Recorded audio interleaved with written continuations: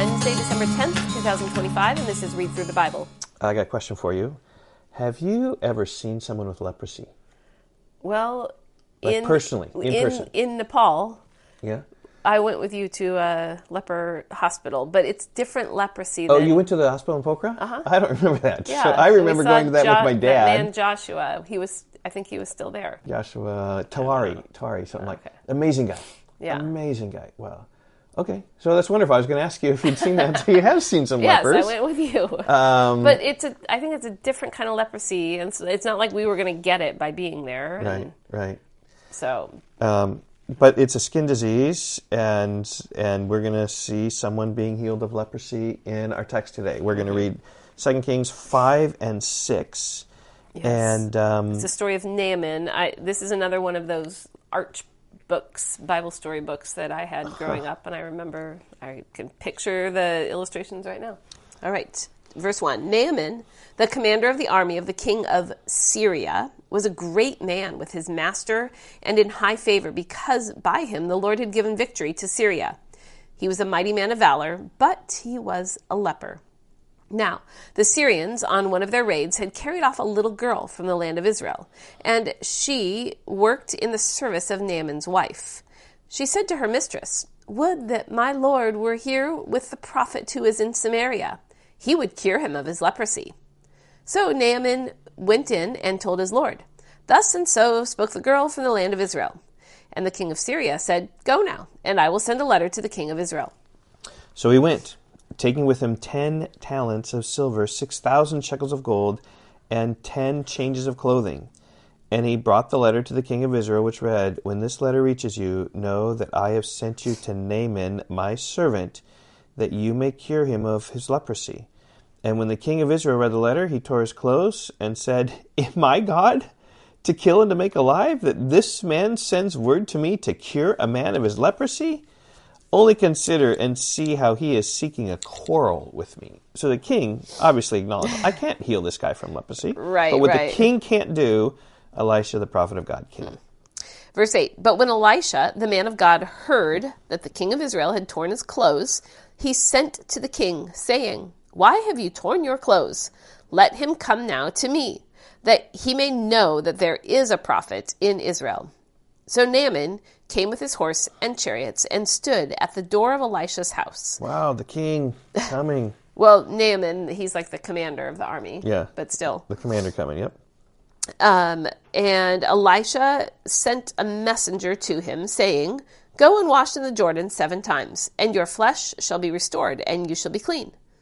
But Naaman was angry and went away, saying, "Behold, I thought that he would surely come out to me and stand and call upon the name of the Lord his God and wave his hand over the place and cure the leper. Are not Abana and Pharpar, the rivers of Damascus, better than all the waters of Israel? Could I not wash in them and be clean?" So he turned and went away in a rage. But his servants came near and said to him, "My father, it is a great word that the prophet has spoken to you. Will you not do it? Has he actually said to you, 'Wash and be clean'?" So he went down and dipped himself 7 times in the Jordan, according to the word of the man of God. And his flesh was restored like the flesh of a little child, and he was clean. He refused initially, and then he went ahead in the Jordan and was clean. Well, and he listened to his servants. He did. And then he returned to the man of God, he and all his company, and he came and stood before them, and he said, "Behold, I know that there is no God in all the earth but in Israel, so accept now a present from your servant." But he said, "As the Lord lives, before whom I stand, I will receive none." Wow, and it was a big present, like back in verse 5. Lots of silver, lots of gold, lots of clothing. Yeah. But he urged him to take it, he refused. And then Naaman said, "If not, please, let there be given to your servant 2 mule loads of earth. For from now on your servant will not offer burnt offering or sacrifice to any other god but the Lord." Not sure why he wants these mule loads of earth. Maybe to build an altar and make sacrifices back home in Syria. Interesting, right? "In this manner may the Lord pardon your servant. When my master goes into the house of Rimmon to worship there, leaning on my arm, and I bow myself in the house of Rimmon, when I bow myself in the house of Rimmon, let the Lord pardon your servant in this manner." And he said, "Go in peace." But when Naaman had gone from him a short distance, Gehazi, the servant of Elisha, we call him greedy Gehazi. Yeah. Yes, because watch what's going to happen. Greedy Gehazi, the servant of Elisha, the man of God, said, "See, my master has spared this Naaman the Syrian in not accepting from his hand what he brought. As the Lord lives, I will run after him and get something from him." So Gehazi followed Naaman. Greedy Gehazi, right? Yes, greedy Gehazi followed Naaman. And when Naaman saw someone running after him, he got down from the chariot to meet him and said, "Is all well?" And he said, "All is well. My master has sent me to say, there have just now come to me from the hill country of Ephraim 2 young men of the sons of the prophets. Please give them a talent of silver and 2 changes of clothing." And Naaman said, "Be pleased to accept 2 talents. And he urged him, and tied up 2 talents of silver in 2 bags with 2 changes of clothing, and laid them on 2 of his servants, and they carried them before Gehazi. And when he came to the hill, he took them from their hand, and put them in the house, and he sent the men away, and they departed. He went in and stood before his master Elisha, he stood before his master, and Elisha said to him, "Where have you been, Gehazi?" And he said, "Your servant went nowhere." Gehazi knew in his greediness that it was wrong what he did. And he lied right there, kind of like when God confronted Adam and Eve.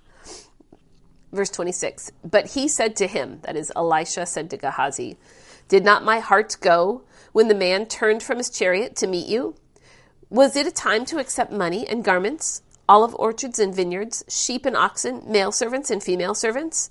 Therefore, the leprosy of Naaman shall cling to you and to your descendants forever." So he went out from his presence, a leper like snow.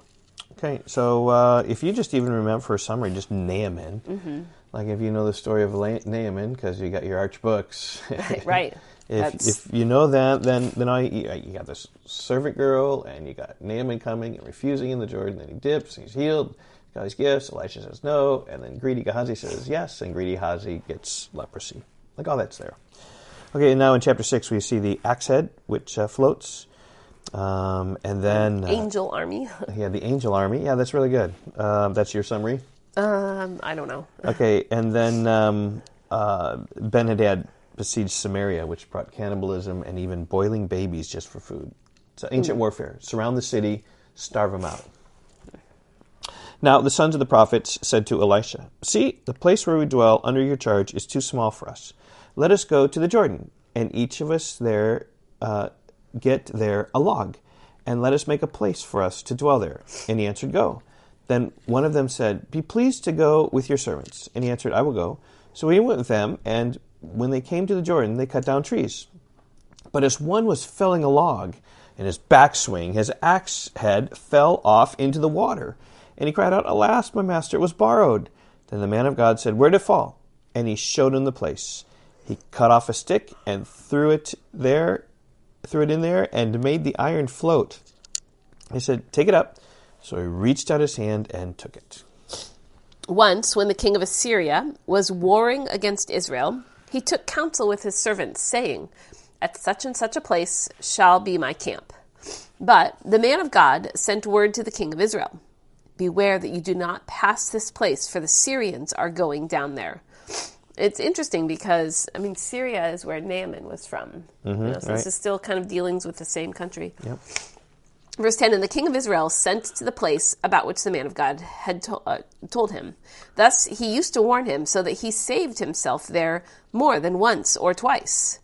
And the mind of the king... Almost like Elisha was a spy, or an informant, anyway. Yep.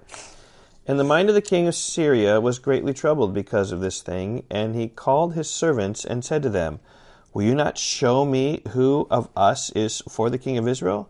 And one of his servants said, 'None, my lord, O king, but Elisha, the prophet who is in Israel, tells the king of Israel the words that you speak in your bedroom.' And he said, 'Go and see where he is, that I may send and seize him.' He was told, 'Behold, he is in Dothan.' And so he went there, and the horses and the chariots and a great army, and they came by night and surrounded the city." So I remember when Elijah was running, he was against Ahab and Jezebel, and going away. And here is Elisha, who the king of Syria is pursuing after him now. Right. Verse 15. When the servant of the man of God rose early in the morning and went out, behold, an army with horses and chariots was all around the city. And the servant said, "Alas, my master, what shall we do?" That's pretty bad. Like this whole army surrounding the city to get Elisha. Yeah. And verse 16, Elisha, said, "Do not be afraid, for those who are with us are more than those who are with them." And then Elisha prayed and said, "O Lord, please open his eyes that he may see." So the Lord opened the eyes of the young man, and he saw, and behold, the mountain was full of horses and chariots of fire all around Elisha. And when the Syrians came down against him, Elisha prayed to the Lord and said, "Please strike this people with blindness." So he struck them with blindness in accordance with the prayer of Elisha. And Elisha said to them, "This is not the way, and this is not the city. Follow me, and I will bring you back to the man whom you seek." Sounds like Jedi. These are not the droids Yes, we're yes, looking for. Yes. And then Elisha led them to Samaria, which was the capital city of Israel. Yep. But I love this prayer, "O Lord, please open his eyes that he may see." Like, just there's open his eyes that he might see spiritual realities. And this is Paul prayed in Ephesians chapter 1 to the Ephesians, that God might open their eyes and give them a spirit of wisdom, revelation, and the knowledge of him. And if we really would understand with spiritual eyes what is going on, we would do much better. Okay, and as soon as they entered Samaria, Elisha said, "O Lord, open the eyes of these men, that they may see." So the Lord opened their eyes. He planned a whole army, and he opens their eyes. And they saw, and behold, they were in the midst of Samaria. And as soon as the king of Israel saw them, he said to Elisha, "My father, shall I strike them down? Shall I strike them down?" He answered, "You shall not strike them down. Would you strike down those whom you've taken captive with your sword and with your bow? Set bread and water before them, that they may eat and drink and go to their master." So he prepared for them a great feast, and when they had eaten and drunk, he sent them away, and they went to their master, and the Syrians did not come again on raids into the land of Israel. Very interesting tactics there. Yeah, just be kind to them, and you turn the enemies away. And yet, we're going to see Syria attacking again at a later time. Okay, verse 24. Afterward, Ben-Hadad, king of Syria, mustered his entire army and went up and besieged Samaria. Again, Samaria is the capital of Israel, the northern kingdom. Yep.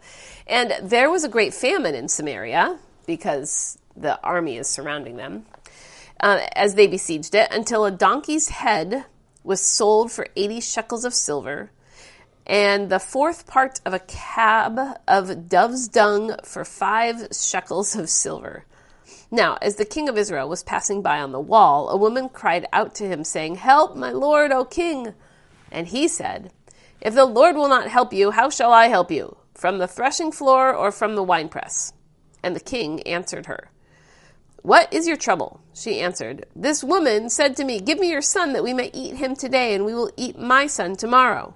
So we boiled my son and ate him. And on the next day I said to her, 'Give your son that we may eat him.' But she has hidden her son." What a terrible thing. Yeah. Right? It's so bad. That means they're starving that badly. When the king heard the words of the woman, he tore his clothes. Now he was passing by on the wall, and the people looked, and behold, he had sackcloth beneath on his body. And he said, "May God do so to me, and more also, if the head of Elisha, the son of Shaphat, remains on his shoulders today." Because they warned against Samaria because of Elisha, I think. So the king is giving all these problems to Elisha the prophet. So Elisha was sitting in his house, and the elders were sitting with him. Now the king had dispatched a man from his presence, but before the messenger arrived to Elisha, said to the elders, "Do you see how this murderer has sent to take off my head? Look, when the messenger comes, shut the door and hold the door fast against him. Is not the sound of his master's feet behind him?" And while he was still speaking with him, the messenger came down with him. "This trouble is from the Lord. Why should I wait for the Lord any longer?" Okay, and then really we're going to pick up the story tomorrow when Elisha prophesied it's all going to change in a day, when there's going to be some food here tomorrow. Mm-hmm. And so that's going to resolve the famine in the land, and Elisha's going to escape again. Yeah, so it's a cliffhanger. It is a cliffhanger, but you will catch it tomorrow. Okay, bye-bye. Bye.